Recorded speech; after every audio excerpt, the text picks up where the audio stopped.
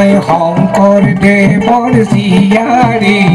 হয় চাহেব হয় মাধৱ দেৱৰ বোৱাৰী হয় চাহেব হয় হয় ৰহে পুৰৈ নগৰত ঘৰে আল্লাহ ৰহমৰ গিৰিহত তুমি আল্লাহ চাহেব যদি কৰা দৰিয়াৰ পাৰ শংকৰ দেৱৰে ৰীতি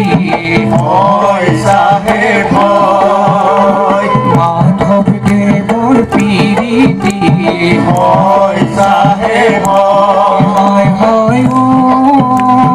গোপাল দেৱৰ সৰোবৰ শনি আল্লাহ ৰহমত তুমি আল্লাহ চাহেব যদি কৰা দৰিয়াৰ পাৰ